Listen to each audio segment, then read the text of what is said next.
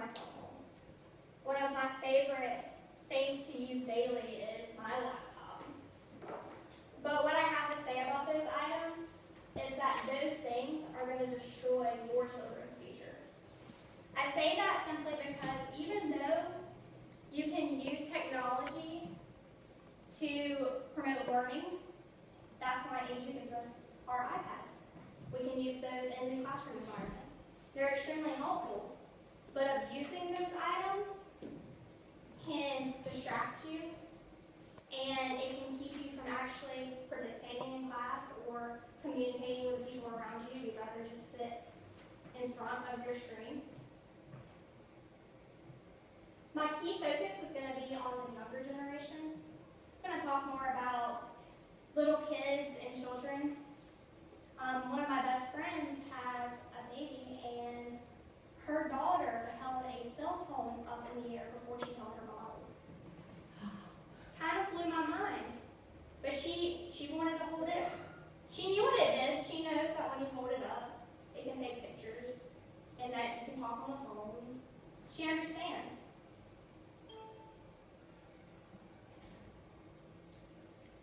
My first slide talks about how social networking can be a distraction because rather than communicating with the people around you, you will stay on your phone or you will look up occasionally and carry on a conversation, but you're more wrapped up in the one on your phone. And yeah, maybe you are talking to someone. That's socializing, right?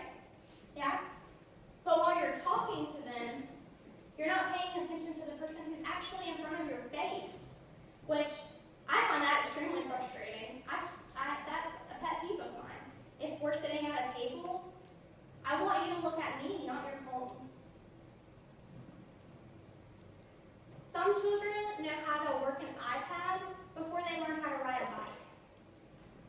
If this is this way now, when this stuff is just now coming out and becoming really big, imagine what it's going to be like when we have children. This image I picked simply because it kind of shows a little bit of like all of our generations, our parents and ours. You see the kid who's reading a book. That's awesome. At least he's not on his phone. The kids playing outside, the ones hanging out with their friends, and then the one kid who's just laying in the grass on his phone. Rather than having fun with all of them or doing something that will actually help his education, he'd rather be texting. I think that the reason children get to that point and why we start to have an addiction to our technology is because we start at a young age.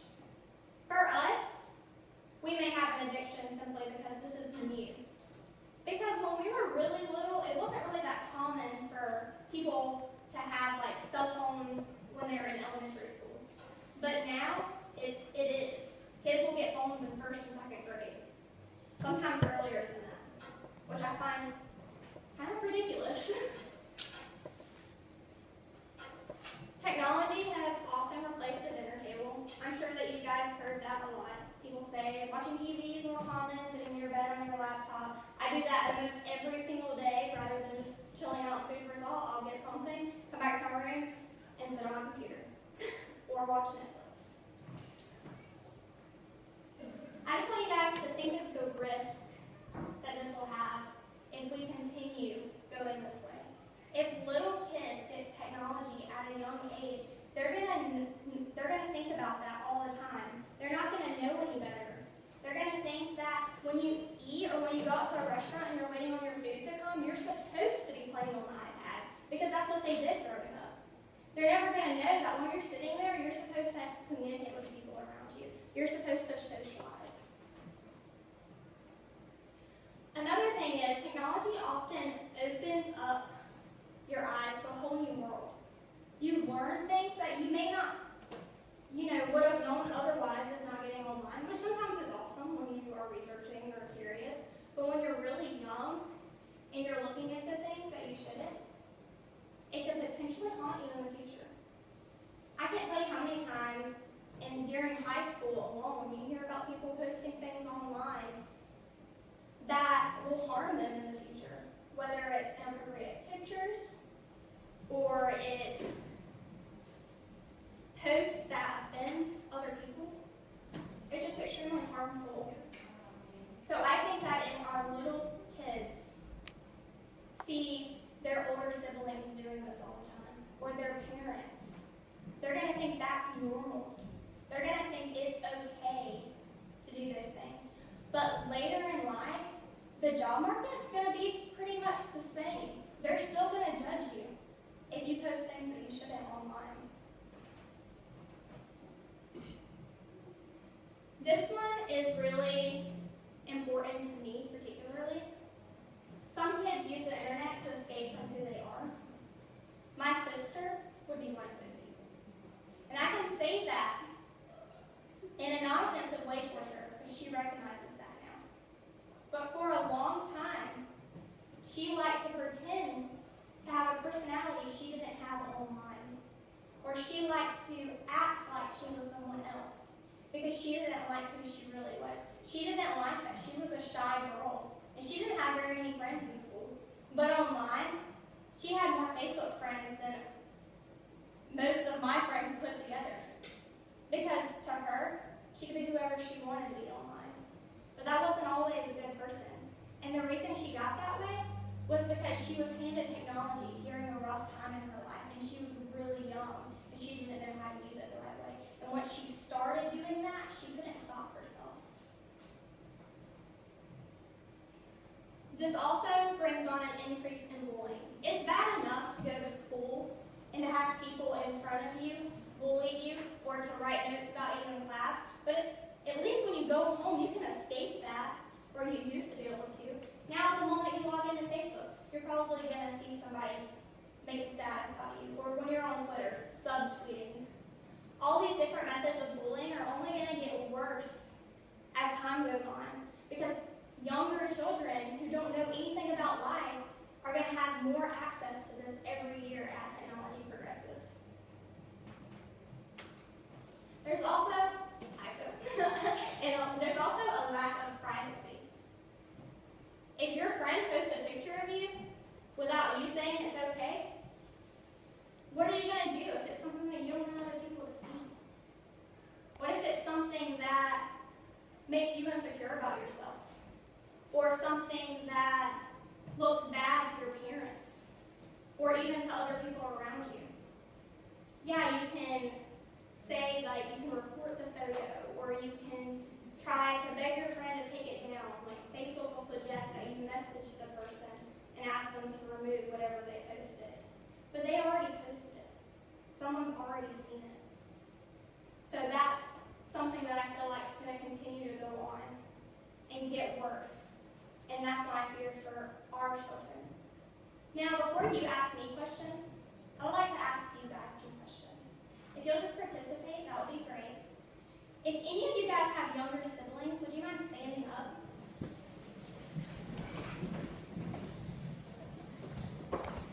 Okay, from this point forward, I'm going to ask questions. And if to you they're false, you can sit down. If they're still true, stay standing.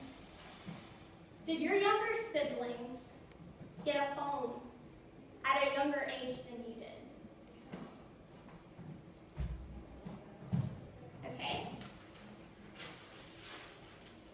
Do your younger siblings have just as much technology as you do?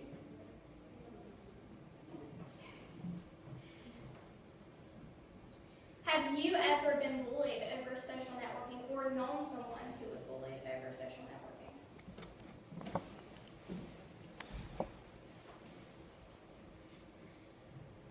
Okay, you can have a seat. I just wanted to ask those questions just so you can see how many people in the room actually did stand up and stayed standing for a long time. I don't necessarily think that technology is evil, but I think the way that we use it is. And if we don't keep a limit of how long our kids can use it, or how long it's, how long you use it as well as the way you use it.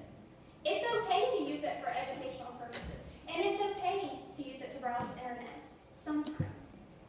But if you're on it all day long, then it's a problem. And for little kids, it's going to be all they know. Do you guys have any questions for me? So you might have mentioned this, but you're talking about like it's kind of starting a little child, a cell phone at like in elementary or something, which I can agree with. But what about like those safety conscious parents who want them to have something like that in case something comes up? What would you say to them? If it's for safety, they make phones for that. There are phones where you can only call your parents or people who are important or 911.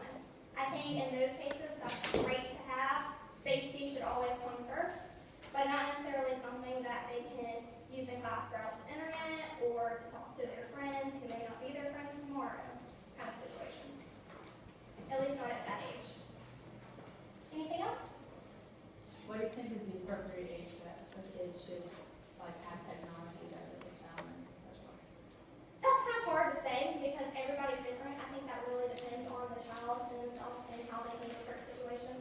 Most parents think the best time is during middle school. To me, I think that's the most dangerous time because that's when your life is changing drastically, and often that's when the most drama occurs. I think that most bullying or most harassment or most like discovering of yourself happens during that age. So I would think high school. If they get one beforehand, that's okay, but it just depends on the student himself or the child.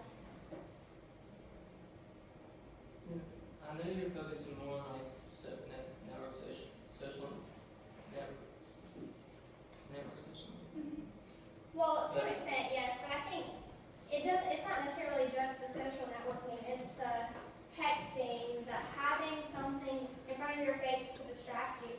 Even playing games on your phone is distracting. And to me, I think all of those things that you can do on this technology are keeping you from having the social skills that you need to have in the outside world. Right. Just curious, like when you're researching this, did you notice any like the other effects, like how I know that staring at LED screens can like fire your eyeballs out a certain long enough. Did you do any of that kind